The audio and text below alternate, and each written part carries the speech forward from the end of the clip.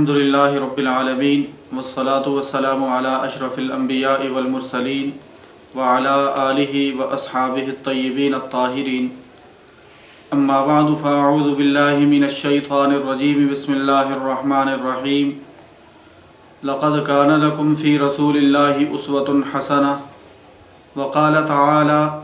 فبما رحمت من اللہ لنت لهم ولو كنت فظا غلیظ القلب لانفضوا من حولک وقال النبی صلی اللہ علیہ وسلم انما بعثت معلما وقال النبی صلی اللہ علیہ وسلم بعثت لأتمم مکارم الاخلاق صدق اللہ وصدق رسولہ النبی الکریم۔ واجب الاحترام بزرگان محترم، برادران اسلام، میری آج کی اس گفتگو کا محور ہے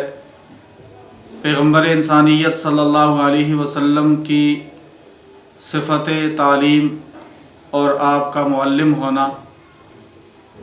محسن انسانیت صلی اللہ علیہ وسلم پوری انسانیت کے لیے ایک عظیم اور بے مثال معلم بن کر تشریف لائے۔ آپ صلی اللہ علیہ وسلم نے نہ صرف جزیرہ عرب بلکہ پوری انسانیت کے لیے رشد و ہدایت کی وہ ابدی قندیلیں روشن کی جو رہتی دنیا تک انسانیت کو عدل و انصاف، امن و سکون، اطمینان و عافیت کی راہ دکھلاتی رہیں گی۔ آپ صلی اللہ علیہ وسلم نے 23 سال کی مختصر سی مدت میں اپنی تعلیم و تربیت سے جو حیرت انگیز انقلاب برپا کیا، اس کی برق رفتاری پر اپنے دشمن بھی یہ اعتراف کرنے پر مجبور ہیں کہ اتنی تھوڑی سی مدت میں پیغمبر کائنات صلی اللہ علیہ وسلم نے یہ حیرت انگیز انقلاب کیسے آپ نے برپا کیا۔ یہ آپ علیہ السلام کی تعلیم و تربیت کے اثرات تھے کہ پوری جزیرہ عرب کی کایا آپ نے پلٹ دی۔ یہ آپ کی تعلیم و تربیت تھی کہ عرب کے وہ لوگ جو تہذیب و تمدن سے بالکل کورے تھے، دنیا میں امن و سکون اور تہذیب و تمدن سکھلانے والے بن جاتے ہیں۔ عرب کے وہ لوگ جو ایک دوسرے کے خون کے اس طرح پیاسے تھے، معمولی سی باتوں پر اگر الجھ جاتے تو ان کی وہ جنگیں سالوں پر محیط ہو جاتی تھیں، سال ہا سال لڑتے رہتے تھے۔ آپ علیہ السلام کی تعلیم و تربیت نے انہیں باہم بھائی بنا دیا۔ جہاں بتوں کی پوجا کی جا رہی ہے وہاں توحید کے نغمے گونجنے شروع ہو جاتے ہیں، اور آپ کی تعلیم و تربیت سے وہ کس قدر مزکا، کس قدر پاکیزہ اور کس قدر تربیت کے سانچے میں ڈھل کر اجلے ہو کر نکلے کہ جہاں 200 قسم کی شرابیں رائج ہیں، عربی تاریخ میں 200 قسم کی شرابوں کے نام ملتے ہیں۔ اس قدر شراب کے رسیا جب آپ نے انہیں حکم فرمایا کہ شراب اللہ کی جانب سے حرام کر دی گئی ہے، تو مدینہ کی گلیوں میں شراب ایسے بہنے لگی جیسے بارش آئی ہو پانی کے نالے بہتے ہیں۔ اس طرح مدینہ کی گلیوں میں شراب بہہ پڑی، اور صحابہ نے شراب وہ برتن جن میں شراب بنائی جاتی تھی وہ برتن بھی توڑ دیے۔ یہ اس قدر آپ صلی اللہ علیہ وسلم کی تعلیم و تربیت کے جو حیرت انگیز اثرات مرتب ہوئے، تاریخ انسانی میں اس قدر برق رفتاری سے کسی اور مسلح کی تعلیم و تربیت کے اثرات نظر نہیں آتے، اس قدر ہماگیر اثرات، کامل اور مکمل اثرات۔ آپ صلی اللہ علیہ وسلم کی تعلیم و تربیت کی وہ بنیادی خصوصیات کیا تھیں جو اس طرح کے اثرات قائم کرنے کے پیچھے، آپ علیہ السلام کی تعلیم و تربیت کے پیچھے جو خصوصیات، امتیازات کار فرما تھے؟ رحمت دو عالم صلی اللہ علیہ وسلم کی تعلیم و تربیت کی بے شمار خصوصیات ہیں، بے شمار اوصاف شمار کروائے جا سکتے ہیں۔ آپ صلی اللہ علیہ وسلم کی تعلیم و تربیت کی میں سمجھتا ہوں 2 بنیادی خصوصیات ہیں جو اس تعلیم و تربیت کے پیچھے کار فرما تھیں۔ ان خصوصیات کی بنا پر تعلیم و تربیت اپنے اثرات دکھاتی رہی۔ آپ علیہ السلام کی تعلیم و تربیت جس تک پہنچتی تھی وہ اس تعلیم و تربیت کو قبول کرتا چلا جاتا تھا۔ آپ صلی اللہ علیہ وسلم کی تعلیم و تربیت کو دیکھا جائے تو پہلی بنیادی خصوصیت جو ہمیں کار فرما نظر آتی ہے وہ خصوصیت ہے شفقت و رحمت، دل سوزی، نرم خوئی، رحم دلی، کہ آپ صلی اللہ علیہ وسلم نے کس قدر شفقت و رحمت سے اپنے شاگردوں کے ساتھ معاملہ فرمایا۔ رحمت دو عالم صلی اللہ علیہ وسلم کی اسی صفت کو قرآن مجید میں یوں بیان کیا گیا ہے، فَبِمَا رَحْمَةٍ مِّنَ اللَّهِ لِنْتَ لَهُمْ وَلَوْ كُنْتَ فَظًّا غَلِيظَ الْقَلْبِ لَانفَضُّوا مِنْ حَوْلِكَ، کہ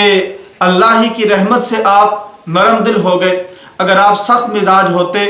درست مزاج ہوتے تو یہ لوگ آپ کے گرد جمع نہ ہوتے، آپ کے گرد سے چھٹ جاتے۔ یہ آپ صلی اللہ علیہ وسلم کی وہ نرم دلی ہے کہ لوگ آپ کے گرد جمع ہوتے چلے گئے، اور اس پر بے شمار واقعات ملتے ہیں سیرت طیبہ میں۔ ایک واقعہ جس کو امام طبرانی رحمۃ اللہ علیہ نے نقل فرمایا ہے، اور اس کو آگے نقل کیا ہے امام نور الدین ہیثمی رحمۃ اللہ علیہ نے۔ امام نور الدین ہیثمی رحمۃ اللہ علیہ نے یہ واقعہ نقل کیا ہے کہ ایک نوجوان پیغمبر کائنات صلی اللہ علیہ وسلم کی خدمت میں حاضر ہوا اور آ کر کہنے لگا، یا رسول اللہ، میں آپ کی تعلیمات قبول کر سکتا ہوں، لیکن مجھے آپ بدکاری کی، برائی کی اجازت دے دیجئے۔ دیکھیے کس قدر گھناؤنے جرم کی اجازت طلب کی جا رہی ہے، اور ایسی ذات سے جس ذات کے تقدس اور عظمت کے سامنے فرشتوں کے سر جھک جاتے ہیں، اس پاکیزہ اور مقدس شخصیات کے سامنے حاضر ہو کر وہ شخص اس گھناؤنے جرم کی اجازت طلب کر رہا ہے۔ اگر کوئی اور ہوتا، ہم تصور کریں کہ آج اگر اس دور میں کسی بزرگ کے سامنے آ کر کوئی اس طرح کی اجازت مانگے، آپ صلی اللہ علیہ وسلم کی جگہ کوئی اور ہوتا تو شاید اس کو دھکے دے کر مجلس سے نکلوا دیتا، دھتکار دیتا۔ اگر کوئی اور ہوتا تو کوئی سخت آگے سے اس طرح کا جواب دے کر اپنے جذبات کی تسکین کر سکتا تھا۔ رحمت دو عالم صلی اللہ علیہ وسلم نے شفقت اور محبت بھرے انداز میں اس کے کاندھے پہ ہاتھ رکھ کر اس سے مخاطب ہوئے، اے نوجوان، تم جس جرم کی اجازت مجھ سے چاہ رہے ہو، کیا تمہارے گھر کے کسی فرد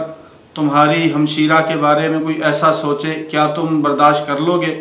وہ نوجوان کہنے لگا، نہیں۔ آپ نے فرمایا، جس گھناؤنے جرم کی اجازت تم چاہ رہے ہو،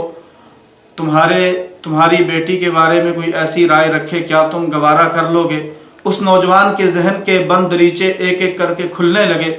اور وہ کہنے لگا، نہیں۔ تو آپ صلی اللہ علیہ وسلم نے فرمایا، جو چیز تم اپنے گھر کے بارے میں پسند نہیں کر رہے تو دوسروں کے بارے میں تم کیسے پسند کر رہے ہو؟ آپ صلی اللہ علیہ وسلم کی یہ محبت اور شفقت سے بھری تعلیم تھی۔ وہ نوجوان آپ کی مجلس سے اٹھا تو ہمیشہ کے لیے گناہوں سے تائب ہو چکا تھا۔ تو آپ صلی اللہ علیہ وسلم کی تعلیم و تربیت کی پہلی خصوصیت وہ یہ نظر آتی ہے، شفقت و رحمت، دل سوزی، رحم دلی۔ اور دوسری بنیادی خصوصیت جو آپ کی تعلیم و تربیت کے پیچھے کار فرما ہے، وہ دوسری بنیادی خصوصیت رحمت دو عالم صلی اللہ علیہ وسلم کی تعلیم و تربیت کی وہ یہ ہے کہ آپ نے جس چیز کی تعلیم اپنے طلباء کو، اپنے شاگردوں کو دی، اپنی زندگی میں اس کا نمونہ کئی گنا بڑھ کر پیش کیا۔ تو صحابہ کرام جب آپ کی زبان اطہر سے کوئی تعلیم سنتے تھے، پیغمبر کائنات سرور دو عالم صلی اللہ علیہ وسلم کی زندگی میں اس سے بڑھ کر نمونہ پاتے تو وہ اس تعلیم کو اختیار کرتے چلے جاتے تھے۔ سیرت طیبہ بھری پڑی ہے ان واقعات سے۔ آپ پیغمبر کائنات صلی اللہ علیہ وسلم کی زندگی، آپ کی حیات طیبہ کے جس گوشے کو لیں اور اس حوالے سے آپ کی تعلیمات سنیں اور اس میں پیغمبر کائنات کی زندگی میں اس کا نمونہ دیکھیں، نمونہ اس تعلیم سے کئی گنا بڑھ کر نظر آتا ہے۔ اگر آپ نماز کو لے لیں، پیغمبر کائنات صلی اللہ علیہ وسلم نے انسانیت کو نماز کا حکم دیا کہ تم پر 5 نمازیں فرض ہیں، لیکن اپنی زندگی میں نمونہ یہ پیش فرمایا کہ انسانیت کے لیے 5 وقت کی نماز فرض ہے، اور اپنی زندگی میں آپ نمونہ یہ پیش فرما رہے ہیں کہ آپ 8 وقت کی نماز پڑھ رہے ہیں، اور 3 اوقات کی نماز آپ پر اضافی لازم ہے، تہجد کی، چاشت کی، اشراق کی۔ آپ نے اگر امت کو جماعت کے ساتھ نماز پڑھنے کی تلقین فرمائی کہ جماعت کے ساتھ نماز ادا کی جائے، اپنی زندگی میں اس سے بڑھ کر نمونہ یہ پیش فرمایا کہ مرض الوفات میں ہیں، آپ کے آخری لمحات ہیں، آپ کو افاقہ ہوتا ہے، تو آپ 2 صحابہ کرام کے کاندھوں پہ ہاتھ رکھ کر گھسٹتے ہوئے مسجد میں تشریف لاتے ہیں اور مسجد میں آ کر نماز ادا فرماتے ہیں جماعت کے ساتھ۔ حالانکہ فقہاء کرام نے اعذار لکھے ہیں کہ تقریباً 25 کے قریب اعذار ہیں جن کی بنا پر نماز ترک کی جا سکتی ہے، جو احادیث سے ثابت ہیں، لیکن آپ صلی اللہ علیہ وسلم نے نماز جماعت کے ساتھ ادا کرنے کی تعلیم اپنی زندگی میں اس انداز سے دی۔ اسی طرح آپ نے روزے کا حکم دیا۔ عام انسانوں کے لیے حکم ہے، سال میں 1 مہینہ آتا ہے رمضان کا مہینہ، رمضان کے مہینہ میں آپ روزے رکھیں، لیکن پیغمبر کائنات صلی اللہ علیہ وسلم نمونہ کیا پیش فرما رہے ہیں؟ رمضان میں تو آپ روزے رکھتے ہی ہیں، لیکن سال میں کوئی مہینہ اور پھر کوئی مہینے کا کوئی ہفتہ آپ کا ایسا نہ ہوتا تھا جو روزے سے خالی گزر جاتا۔ آپ اس انداز سے روزے رکھتے اور پھر آپ مسلسل روزے رکھا کرتے تھے۔ اور پھر آپ صلی اللہ علیہ وسلم کی حیات طیبہ میں دیکھیں، آپ نے اگر زکوٰۃ کا حکم دیا، عام انسانیت کے لیے حکم ہے کہ آپ اپنے مال کا 40واں حصہ اللہ کے راستے میں صدقہ کریں، لیکن پیغمبر کائنات صلی اللہ علیہ وسلم اپنی زندگی میں کیا نمونہ پیش فرما رہے ہیں؟ آپ علیہ السلام کی شخصیت، آپ علیہ السلام کا وجود مبارک مجسم تعلیم تھا۔ اپنی زندگی میں کیا نمونہ آپ پیش فرما رہے ہیں کہ آپ علیہ السلام کے گھر میں ضروریات سے زائد کوئی مال ایسا نہ ہوتا جو آپ کے گھر میں بچا رہتا تھا۔ آپ صلی اللہ علیہ وسلم عصر کی نماز کے لیے مسجد میں تشریف لائے اور نماز عصر کے بعد آپ صلی اللہ علیہ وسلم گھر میں تشریف لے گئے، پھر فوراً واپس تشریف لے آئے۔ لوگوں نے پوچھا، صحابہ نے پوچھا، یا رسول اللہ خلاف معمول آپ گھر میں تشریف لے گئے اور پھر فوراً واپس آ گئے، اس کی کیا وجہ تھی؟ آپ نے فرمایا کہ مجھے یاد آیا کہ گھر میں کچھ اشرفیاں، کچھ دینار پڑے ہیں، کہیں ایسا نہ ہو کہ شام ہو جائے اور میرے گھر میں وہ دولت پڑی رہ جائے، میں نے ان دراہم کو، ان دینار کو صدقہ کیا، پھر تمہارے پاس پہنچا ہوں۔ اسی طرح کا ایک واقعہ ملتا ہے کہ آپ صلی اللہ علیہ وسلم مرض الوفات میں ہیں، آپ کو افاقہ ہوتا ہے اور آپ کو یاد آ جاتا ہے کہ گھر میں کچھ دینار پڑے ہیں، تو آپ فوراً حکم فرماتے ہیں کہ میرے گھر سے وہ دینار لے کر صدقہ کر دیے جائیں، کہیں ایسا نہ ہو کہ محمد اللہ کے ہاں پہنچ جائے اور اس کے گھر کے اندر یہ دینار، یہ دولت باقی رہ جائے۔ یہ آپ علیہ السلام نے اپنی زندگی میں یہ عملی نمونہ پیش فرمایا۔ آپ صلی اللہ علیہ وسلم نے عفو و درگزر کی تعلیم دی۔ آج بھی لوگ عفو و درگزر کی تلقین کرتے ہیں، لیکن وہ ساری تلقین وہ فکری اور ایک الفاظ کا فلسفہ ہوتا ہے جو فکر و الفاظ سے آگے نہیں بڑھتی۔ آپ صلی اللہ علیہ وسلم نے عفو و درگزر کی تعلیم دی، لیکن اپنی عملی زندگی میں یہ نمونہ پیش فرما رہے ہیں۔ مکہ مکرمہ جہاں آپ صلی اللہ علیہ وسلم اور آپ کے جان نثاروں پر مکہ مکرمہ کی زمین تنگ کر دی گئی تھی، آپ پر کون سا ظلم تھا جو آپ اور آپ کے اصحاب پر نہیں ڈھایا گیا؟ آپ صلی اللہ علیہ وسلم کے صحابہ کرام پر کس قدر تکالیف کہ آپ کے صحابہ کو حضرت عمار بن یاسر ہیں کہ حضرت عمار بن یاسر رضی اللہ تعالیٰ عنہ، ان کا خانوادہ، ان کا پورا خاندان دیکھیں، حضرت سمیہ ہیں جن کو شہید کیا جا رہا ہے، حضرت یاسر حضرت عمار کے والد ہیں، ان کے جسم کو 4 مختلف سواریوں سے باندھ کر انہیں 4 سمتوں میں دوڑا کر جسم کے ٹکڑے کیے گئے۔ کون سا ظلم تھا، بربریت کی کون سی شکل تھی جو آپ اور آپ کے صحابہ پر اس کا تجربہ نہیں کیا گیا؟ آپ صلی اللہ علیہ وسلم فاتح مکہ کی حیثیت سے مکہ میں داخل ہو رہے ہیں اور مکہ کے سرداران قریش وہ سمجھ رہے ہیں کہ آج ہمارا آخری دن ہوگا، ہم نے جو ظلم کیے ہیں ان کا انتقام لیا جائے گا۔ آپ صلی اللہ علیہ وسلم فاتح کی حیثیت سے مکہ میں داخل ہو رہے ہیں اور آپ صلی اللہ علیہ وسلم کے ایک پیارے صحابی حضرت عبداللہ ابن رواحہ وہ آگے آگے جا رہے ہیں اور عربی کے یہ اشعار پڑھتے جا رہے ہیں کہ خلو بذل کفار عن سبیلی الیوم نضربکم علی تنزیلی ضربا یزیل الہام عن مقیلی ویزہل الخلیل عن خلیلی، کہ یہ وہ اشعار ہیں جو جذبات اور انتقام پر مشتمل ہیں کہ آج ہم انتقام لیں گے، آج ہم سروں کو گردنوں سے جدا کریں گے اور ایسی مار لگائیں گے جو دوست کو دوست سے دور کر دے گی۔ آپ صلی اللہ علیہ وسلم نے یہ اشعار سنے تو آپ نے حضرت عبداللہ ابن رواحہ کو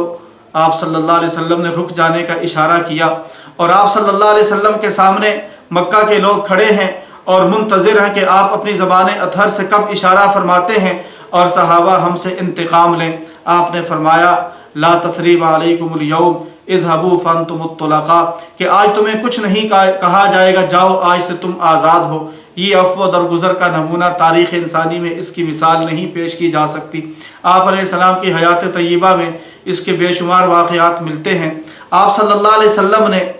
زہد کی تعلیم دی۔ آج بہت سے لوگ ہیں جو زہد کی تعلیم دیتے ہیں اور زہد کو اختیار کرنے کی بات کرتے ہیں، لیکن وہ زہد کی تعلیم خود ان کی زندگیوں میں نظر نہیں آ رہی ہوتی۔ آپ صلی اللہ علیہ وسلم نے زہد کی تعلیم دی اور اپنی زندگی میں اس کا نمونہ پیش کیا۔ آپ صلی اللہ علیہ وسلم کی گھر کی معاشی حالت کیا ہوتی تھی؟ یہ اختیاری زہد تھا کہ آپ صلی اللہ علیہ وسلم کے پاس جو کچھ آتا تھا آگے صدقہ اور خیرات کر دیا کرتے تھے، غربا مساکین میں تقسیم کر دیا کرتے تھے۔ آپ کی حیات طیبہ میں ہم اس کی عملی شکل دیکھتے ہیں۔ رحمت دو عالم صلی اللہ علیہ وسلم جنگ خندق کا موقع ہے، صحابہ کرام حاضر ہوئے، یا رسول اللہ بھوک میں مبتلا ہیں، کھانے کو کچھ میسر نہیں ہے، اور اپنے پیٹ سے چادر ہٹائی، پیٹ پر پتھر باندھے ہوئے ہیں۔ آج ہم یہ تصور نہیں کر سکتے کہ پیٹ پر پتھر باندھنے کا فلسفہ کیا ہے۔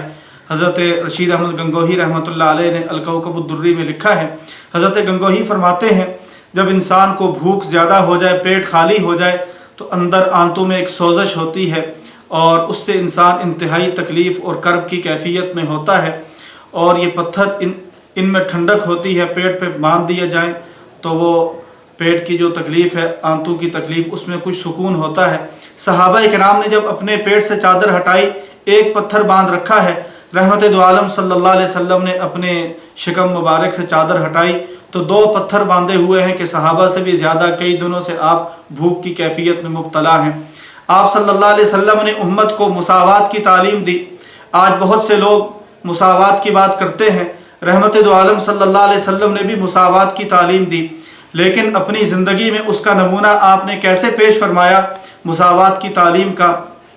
رحمت دو عالم صلی اللہ علیہ وسلم اسی جنگ خندق کے موقع پر کفار کی جانب سے یہ خطرہ ہے کہ حملہ آور دشمن مدینہ منورہ آبادی کے اندر داخل نہ ہو جائیں، چنانچہ انہوں نے شہر مدینہ سے باہر خندق کھودی، اور صحابہ کرام آپ کے جان نثار خندق کھودنے میں مصروف ہیں۔ جس طرح ایک عام سپاہی، ایک عام فوجی، ایک عام صحابی وہ خندق کھود رہا ہے، اسی طرح پیغمبر کائنات محسن انسانیت صلی اللہ علیہ وسلم، معلم اعظم صلی اللہ علیہ وسلم بنفس نفیس اپنے دست مبارک میں کدال لے کر خندق کھود رہے ہیں، اور جتنا حصہ زمین ایک عام فوجی خندق کھود رہا ہے، اتنا ہی رحمت عالم صلی اللہ علیہ وسلم اپنے دست مبارک سے خندق کھود رہے ہیں۔ پھر صحابہ کرام اپنے سروں پر مٹی رکھ کر مٹی کو آگے وہ دوسری جگہ پہنچا رہے ہیں جو مٹی کھودی جا رہی ہے۔ رحمت عالم صلی اللہ علیہ وسلم کو بھی لوگوں نے دیکھا کہ اپنے سر مبارک پر مٹی کا ٹوکرا رکھے ہوئے جا رہے ہیں، اور مٹی زلف عنبری میں گر رہی ہے، آپ کے زلفوں میں مٹی گر رہی ہے۔ یہ مساوات کی تعلیم تھی کہ آپ نے جو کچھ فرمایا اپنی زندگی میں اس سے بڑھ کر نمونہ پیش کیا۔ آپ کی حیات طیبہ کا ایک گوشہ وہ ایثار بھی ہے، آپ کی تعلیم و تربیت کی ایک روشن، ایک آپ صلی اللہ علیہ وسلم کی تعلیم و تربیت کی ایک تابناک، اور آپ علیہ السلام کی تعلیم و تربیت کا روشن باب وہ ایثار کی تعلیم ہے۔ آپ صلی اللہ علیہ وسلم نے ایثار کی تعلیم دی۔ صحابہ کرام کو آپ نے اگر ایثار کی تعلیم دی کہ وَيُؤْثِرُونَ عَلَىٰ أَنفُسِهِمْ وَلَوْ كَانَ بِهِمْ خَصَاصَةٌ، اپنی حیات طیبہ میں اس کا نمونہ یہ پیش فرمایا کہ آپ کی صاحبزادی، چھوٹی صاحبزادی سیدہ فاطمہ الزہرا آپ صلی اللہ علیہ وسلم کی خدمت میں حاضر ہوتی ہیں۔ یہ 2 جہاں کی شہزادی حضرت فاطمہ الزہرا آپ کی خدمت میں آتی ہیں، ابا جان گھر میں چکی پیس کر کام کر کر کے ہاتھوں میں چھالے پڑ گئے ہیں، آپ اگر مجھے کوئی ایک باندھی عنایت فرما دیں۔ آپ صلی اللہ علیہ وسلم نے فرمایا جب تک دیگر غربا مساکین کی ضروریات پوری نہیں ہوتی تمہیں کچھ نہیں مل سکتا۔ آپ صلی اللہ علیہ وسلم نے اپنی صاحبزادی کو یوں ہی واپس بھیج دیا۔ یہ ایثار کی تعلیم تھی۔ تو آپ صلی اللہ علیہ وسلم کی تعلیم و تربیت نے جو حیرت انگیز انقلاب برپا کیا کہ 23 سال کی مختصر مدت میں پورے جزیرہ عرب کی کایا پلٹ دی، اور اسی 23 سال کی مختصر مدت میں مسلمان 10,000 مربع میل سے زیادہ زمین پر اسلام کا پرچم لہرا رہے تھے، اور پھر یہ اسلام کی یہ شعائیں، اسلام کی یہ اسلام کا یہ نور چہار دانگ عالم پھیلتا چلا گیا، اور پھر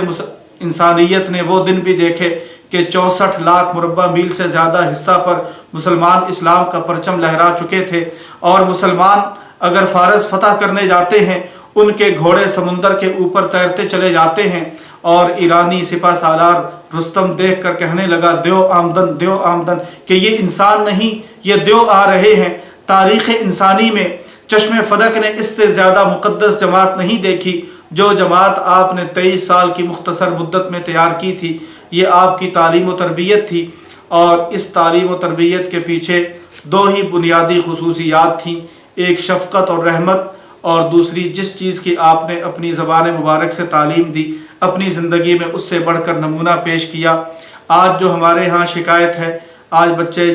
باپ کی بات نہیں مان رہے، والدہ کی بات نہیں مان رہے، والدین کو اگر یہ شکایت ہے، اسی طرح اساتذہ کو یہ شکایت ہے، طلباء ان کی بات نہیں مان رہے، طلباء پر تعلیم و تربیت کے اثرات نقش نہیں ہو رہے، تو آج بھی اگر ہم پیغمبرانہ تعلیم و تربیت کی یہی دو بنیادی خصوصیات اپنا لیں کہ اپنے زیر تربیت بچوں کے ساتھ، زیر تربیت افراد کے ساتھ شفقت والا معاملہ کریں، اور اس کے ساتھ ساتھ ہم انہیں جس چیز کی تعلیم دیں ہماری زندگی میں اس کا نمونہ موجود ہو، تو یقیناً آج بھی یہ تعلیم و تربیت وہی اثرات مرتب کر سکتی ہے۔ دعا ہے اللہ جل جلالہ ہمیں رحمت دو عالم صلی اللہ علیہ وسلم کی تعلیم و تربیت، آپ کی حیات طیبہ کو پوری طرح سمجھنے اور پھر حیات طیبہ کے ہر گوشے پر عمل پیرا ہونے کی توفیق نصیب فرمائیں۔ وما علینا الا البلاغ المبین۔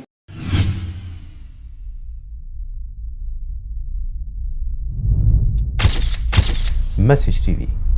this is your channel. This is your channel.